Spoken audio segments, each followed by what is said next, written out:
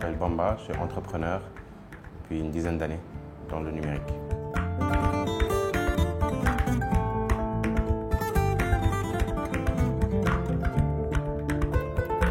Mon entreprise s'appelle PAPS, c'est une société que j'ai cofondée il y a 5 ans avec Roch Ayassi.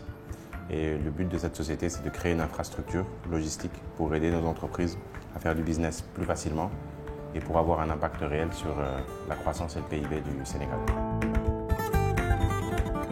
Les défis sont de diverses formes. Je pense que la première des formes, c'est des défis de légaux, entre guillemets, de cadre, de juridiction, etc. Donc, en gros, il nous a fallu 5 ans pour avoir, par exemple, une autorisation de pouvoir exercer notre métier, ce qui est très difficile. Il faut le tenir pendant ces 5 ans.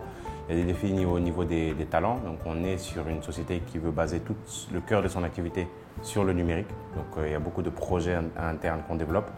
Et certains projets marchent plus que d'autres. Donc, c'est avoir les meilleurs talents pour pouvoir porter ces projets-là.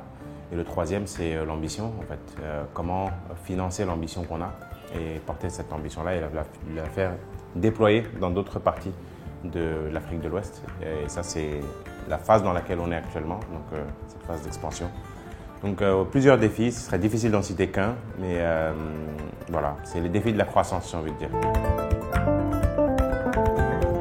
Je pense que c'est un bon concept, c'est un très bon concept qui peut faire rayonner les services qu'on a ici, qui peut les rendre accessibles en tout cas à partir du monde entier et qui peut essayer de faire même converger un peu tout cet écosystème autour de maintenant l'export, en fait, autour de l'internationalisation. Et je pense que c'est une phase que l'on vit chacun de notre côté de manière différente, certains vers des pays anglophones, d'autres vers des pays francophones, d'autres vers des pays même lusophones.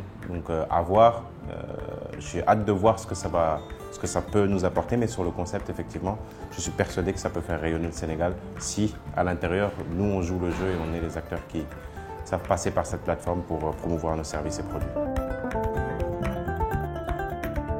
Cette plateforme pourrait être extrêmement pertinente parce qu'elle va dans un sens de stratégie qu'on a mis en place aujourd'hui. En fait, nous, on a envie de se rapprocher de plus en plus des gros importateurs.